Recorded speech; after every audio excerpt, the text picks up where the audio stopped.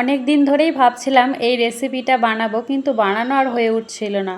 তো সেজন্য আমি খুব পাতলা পাতলা করে একদম সরু সরু করে এখানে 4টে পেঁয়াজ কেটে নিয়েছিলাম। আর তারপরে এটাকে আমি বেরেস্তার মতো একটু ভেজে নিয়েছিলাম। তারপরে আমি এখানে নিয়েছিলাম স্বাদ মতো লবণ, হলুদ, কাঁচা লঙ্কা কুচি, ধনেপাতা কুচি আর গরম মশলা। আপনারা চাইলে জিরে গুঁড়োও দিতে পারেন, আমি দিইনি।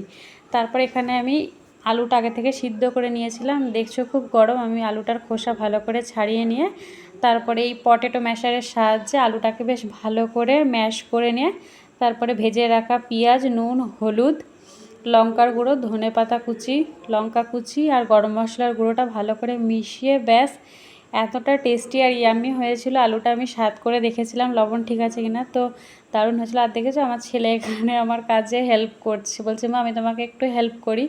তো যাই হোক, এইভাবে সে আমাকে হেল্প করলো। আর তারপরে আমি আটাটা ভালো করে মেখে কিছুক্ষণ রেস্টে রেখে দিয়েছি।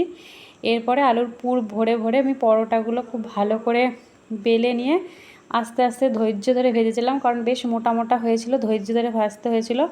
আর ভিডিওটা ভেবেছিলাম ছিঁড়ে তোমাদেরকে দেখাবো। আমি যখন খেতে বসেছি সবার লাস্টে খেয়েছি, যেহেতু পরোটাটা নরম হয়ে মানে ঠান্ডা হয়ে নিয়ে গেছে বলে আর ছিঁড়ে দেখাতে পারলাম না, কিন্তু গরমে এই ব্যাপারটা খুব ভালোভাবে উঠে আসছিলো। কিন্তু খেতে দারুণ আর টেস্টি হয়েছিলো। তোমরা অবশ্যই একবার ট্রাই করো বাড়িতে।